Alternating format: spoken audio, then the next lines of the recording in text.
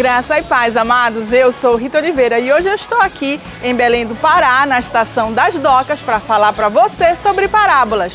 Então você já sabe, não sai daqui porque a gente já começou mais um Estudando a Bíblia. Por que Jesus usava parábolas? Esse é o título do nosso estudo de hoje e o texto de referência se encontra em Mateus, capítulo 13, versículos de 10 a 13. A minha versão, você já sabe, é Nova Almeida atualizada. Então os discípulos se aproximaram de Jesus e lhe perguntaram: por que o Senhor fala com eles por meio de parábolas? Ao que Jesus respondeu: porque a vocês é dado conhecer os mistérios do reino dos céus, mas àqueles isso não é concedido. Pois ao que tem, mais será dado, e terá em abundância. Mas ao que não tem, até o que tem lhe será tirado. Por isso falo com eles por meio de parábolas, porque vendo não veem, e ouvindo não ouvem, nem entendem. Esses versículos são parte de uma narrativa de Jesus aos discípulos depois de ele ter contado uma parábola a uma grande multidão. Inicialmente, Jesus se assentou em um barco e começou a falar sobre um semeador que semeou sementes em diferentes tipos de solo. Algumas sementes nasceram, mas logo morreram. Outras nem nasceram. Outras chegaram a crescer, mas não germinaram. E outras germinaram de modo diferente. Algumas sementes usaram todo o seu potencial e outras nem tanto. Daí os discípulos se aproximaram de Jesus e perguntaram-no por que ele falava ao povo por meio de parábolas. E Jesus responde o que acabamos de ler e depois explica o significado da parábola do semeador. Parábola é uma narrativa alegórica que transmite uma mensagem indireta por meio de comparação ou analogia. Em seus ensinos, Jesus costumava usar metáforas e comparações para explicar os mistérios do reino de Deus. Agora, a gente pode se perguntar por que Jesus não falava claramente? Por que ele não ia direto ao ponto? Essa resposta está descrita na continuação de Mateus 13, onde Jesus faz uma referência a Isaías 6. Observe. Assim, neles se cumpre a profecia de Isaías. Ouvindo, vocês ouvirão, e de modo nenhum entenderão. Vendo, vocês verão, e de modo nenhum perceberão. Porque o coração deste povo está endurecido. Ouviram com os ouvidos tapados e fecharam os olhos, para não acontecer que vejam com os olhos, ouçam com os ouvidos, entendam com o coração, se convertam e sejam por mim curados. Então ele disse: vá e diga a este povo: ouçam, ouçam, mas sem entender. Vejam, vejam, mas sem perceber. Torne insensível o coração deste povo. Endureça-lhes os ouvidos e feche os olhos deles, para que não venham a ver com os olhos, ouvir com os ouvidos e entender com o coração, e se convertam e sejam curados. Percebam, Jesus precisava usar uma linguagem muito simples para falar com o povo, que possuía um coração endurecido para a verdade que liberta. Jesus precisava comparar os mistérios do reino dos céus a algo que eles pudessem compreender. Então ele lançava a mão daquilo que eles tinham e faziam naquela época e região: agricultura, pesca, vinho, casamentos, lamparina, óleo ou azeite, trigo, pão, água, servo, senhor, trabalho escravo, ladrão, ovelhas, camelo, cavalos, gados, rios, tempestade, areia, pedras. Jesus usava palavras e acontecimentos do dia a dia, em expressões verbais simples, para que eles pudessem compreender coisas grandiosas. Mas nesse mesmo capítulo de Mateus, podemos perceber que para alguns, como seus discípulos e alunos, mesmo sendo pessoas simples, Jesus era direto e falava abertamente. Por quê? Jesus deixa claro isso no próprio capítulo de Mateus 13. Observe. Ao que Jesus respondeu: porque a vocês é dado conhecer os mistérios do reino dos céus, mas àqueles isso não é concedido. Bem-aventurados, porém, são os olhos de vocês, porque veem, e bem-aventurados são os ouvidos de vocês, porque ouvem.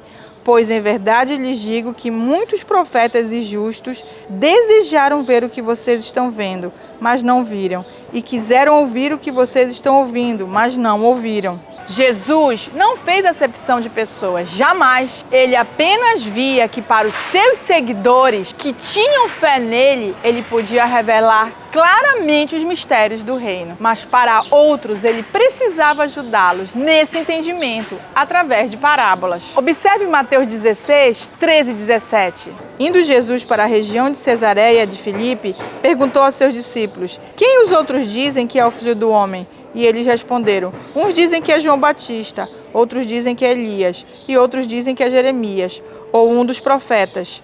Ao que Jesus perguntou: e vocês, quem dizem que eu sou? Respondendo, Simão Pedro disse: o Senhor é o Cristo, o Filho do Deus vivo.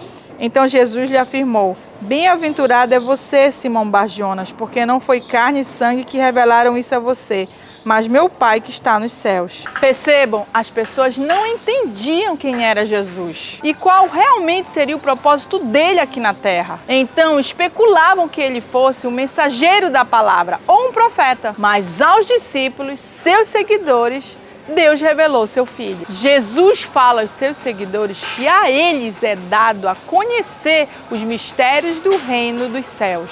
E ao que tem, mais será dado. Então, claramente percebemos aqui dois tipos de pessoas: as que ouvem a palavra de Deus e que pela fé o aceitam, se convertem, são transformados e passam a seguir os ensinamentos de Jesus e viver as promessas de Deus em Cristo já nesta terra. Para esse tipo de pessoa, quanto mais elas leem a palavra, mais se apropriam e agem do modo que a palavra de Deus diz. Ou seja, ao que tem, mais será dado e terá em abundância. E aqui não se trata de bens ou riquezas materiais, mas também ao segundo tipo de pessoas, as que ouvem e acreditam, mas não deixam Deus operar nos seus corações, pois são resistentes e estão endurecidos e não seguem os ensinamentos de Jesus. E desse modo não podem ser livres e curados no corpo, alma e espírito. Deus tem falado ao coração das pessoas ao longo de gerações e feito seu Filho Jesus Cristo conhecido por todos, mas muitos não querem saber de Jesus. Até reconhecem que Jesus é o Filho de Deus, mas não querem segui-lo de fato. Querem continuar vivendo uma vida de aparências, uma vida de fracassos, uma vida desgostosa, uma vida de momentos de alegria, mas totalmente infelizes por dentro, insatisfeitos onde estão, insatisfeitos pelo que estão fazendo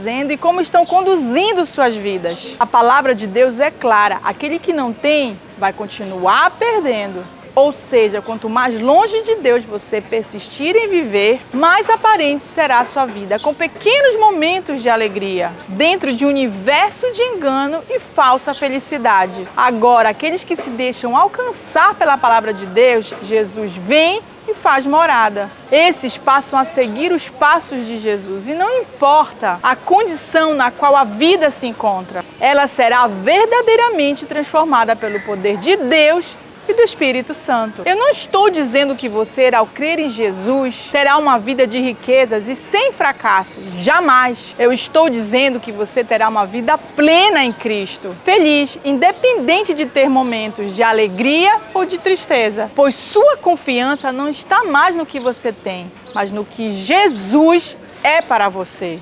Conhecer Jesus é tudo. Seguir seus passos e agir de acordo com os princípios da sua palavra diante de todas as situações da vida é viver uma vida de abundância. Ao ler a Bíblia, você percebe uma infinidade de promessas que há de Deus por meio de Cristo Jesus. E quanto mais você lê, mais serão descortinados os mistérios do reino de Deus. Observe 2 Coríntios 1:20. Porque todas as promessas de Deus têm nele o sim, por isso também por meio dele se diz o amém para a glória de Deus por meio de nós. Certamente a palavra da cruz é loucura para os que se perdem, mas para nós que somos salvos ela é o poder de Deus.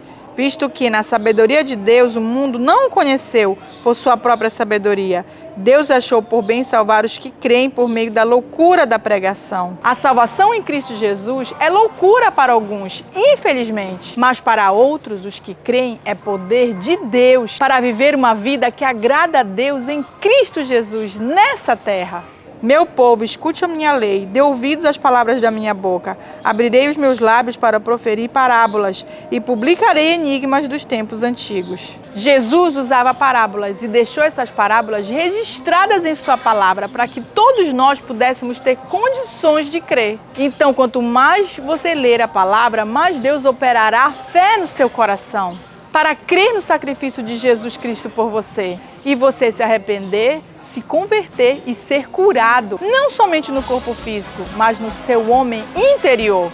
Leia a Bíblia diariamente e seja um seguidor de Jesus Cristo. E tenha uma vida transformada pela graça divina, dia após dia. Pense nisso!